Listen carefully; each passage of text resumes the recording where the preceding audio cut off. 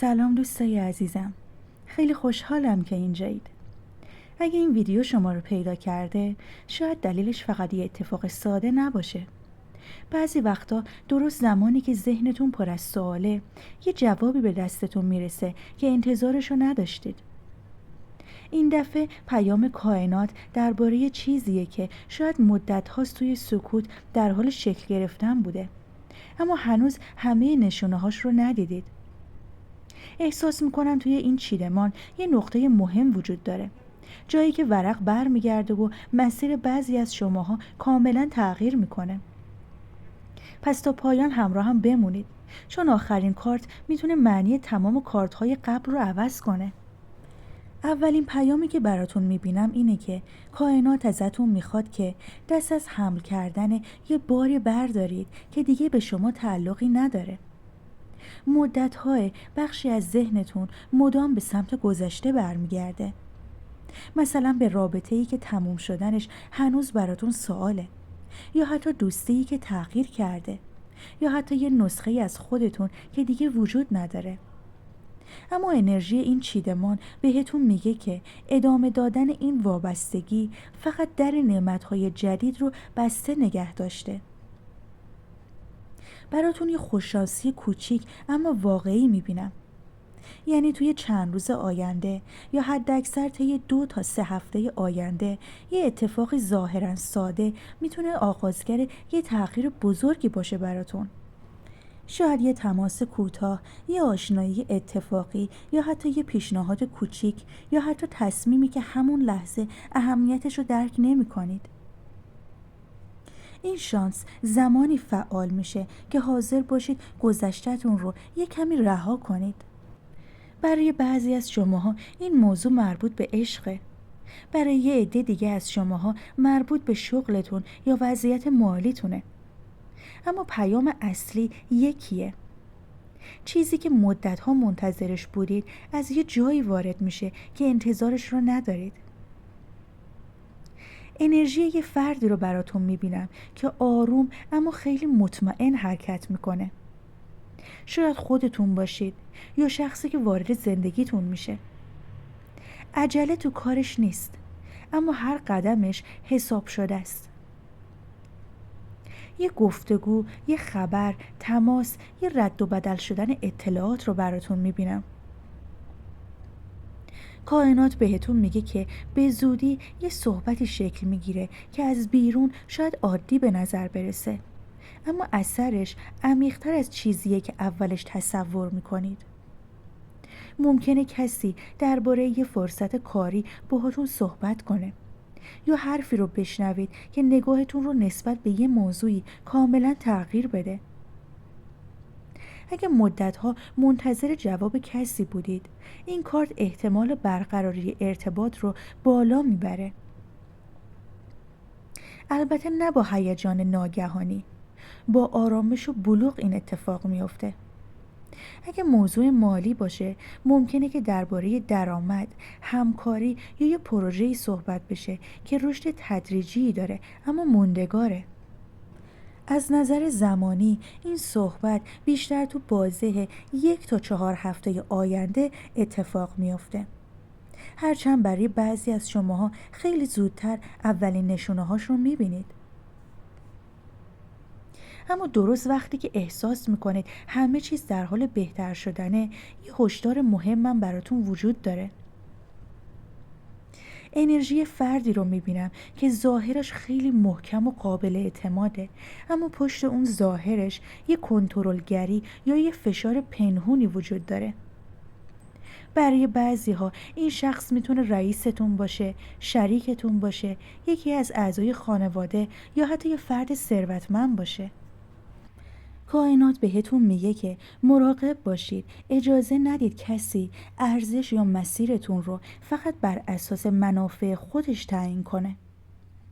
اگه قراردادی رو امضا کنید، اگه کسی وعده مالی بهتون داده یا میخواد شما رو برای یه تصمیمی تحت فشار بذاره، بهتره همه چیز رو دوباره بررسی کنید. این چیدمان از خیانت حرف نمیزنه، از عدم تعادل توی قدرت صحبت میکنه. نکته جالب اینه که همین فشار باعث میشه بعداً تصمیم درستری بگیرید. یعنی چیزی که امروز مانع به نظر میرسیده توی آینده ازتون محافظت میکنه. بعضی از شماها طی 2 تا 6 هفته آینده متوجه نیت واقعی یه فردی میشید که تا الان کاملا بهش اعتماد داشتید. این موضوع شاید اولش خوشایند نباشه براتون، اما مسیرتون رو واقعا شفافتر میکنه. تا اینجا بیشتر پیام ها درباره رها کردن گذشته و دقت کردن توی انتخاب افراد بود. اما از اینجا به بعد فضای چیدمان تغییر میکنه. انگار کائنات بعد از این هشدارها میخواد دری رو بهتون نشون بده که واقعا ارزش باز شدن رو داره.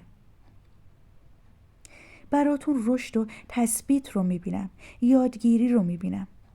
اما این رشد فقط به درس یا دانشگاه محدود نمیشه. ممکنه یاد گرفتن یه مهارت باشه، شروع یه مسیر معنوی باشه، پیدا کردن یه استاد باشه، یا حتی آشنایی با یه فردی باشه که دیدگاهتون رو نسبت به زندگی تغییر میده.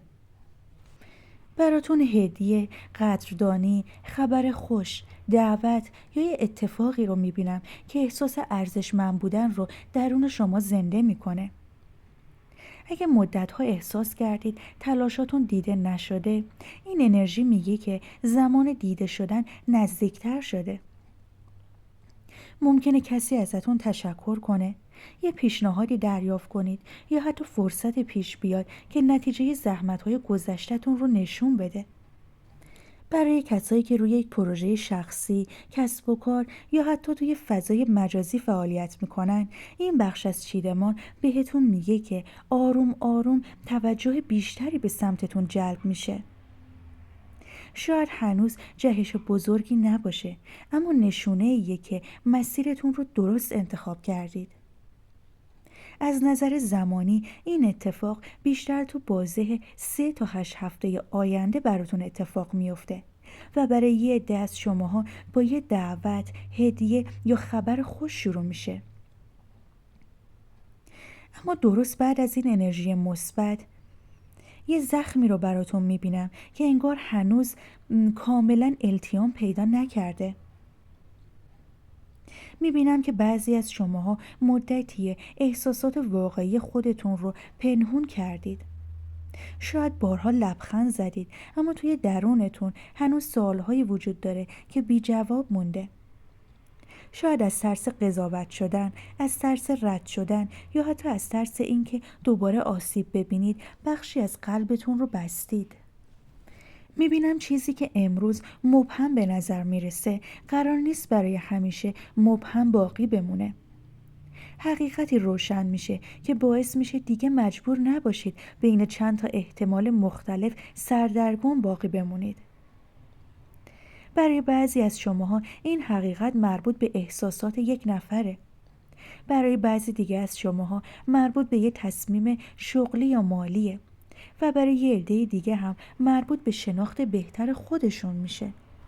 چیزی که مهمه اینه که جواب از بیرون به سمتتون تحمیل نمیشه. انگار خودتون یهو متوجه چیزی میشید که همیشه جلوی چشمتون بوده اما تا الان ندیده بودینش. کائنات بهتون میگه که به نشونه هایی که توی خواب، تکرار عددها، جمله های اتفاقی یا حتی برخوردهای روزمره میبینید بی توجه نباشید. بعضی از این نشونه ها دقیقاً همون کلیدی هستن که ذهنتون دنبالش بوده. برای یه عده از شماها میبینم که یه مردی وارد زندگیتون میشه که نقش مهمی رو توی آروم شدن شرایطتون داره. آروم شدن انرژی اطرافتون رو میبینم. ممکنه مشاور باشه، دوست باشه، همکار، شریک عاطفیتون یا یکی از اعضای خانواده‌تون باشه. حضور این شخص بیشتر از اینکه با هیجان همراه باشه، با احساس امنیت و ثبات همراهه. برای یه عده دیگه از شماها این کارت ازتون میخواد که مدتی از تصمیم‌های عجولانه فاصله بگیرید. بعضی وقتا بزرگترین پیشرفت زمانی اتفاق میفته که چند روز از فشارها فاصله بگیرید و اجازه بدید ذهنتون دوباره شفاف بشه.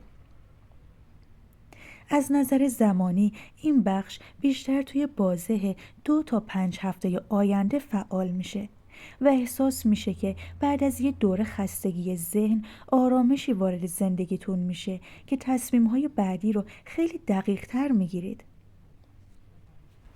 میبینم که شاید توی هفته‌ها یا ماه‌های گذشته بارها از خودتون پرسیده باشید چرا هیچ چیز اونطوری که انتظار داشتم جلو نمیره، یا اینکه از خودتون پرسیده باشید چرا هر دفعه که به مقصدم نزدیک میشم دوباره همه چیز متوقف میشه.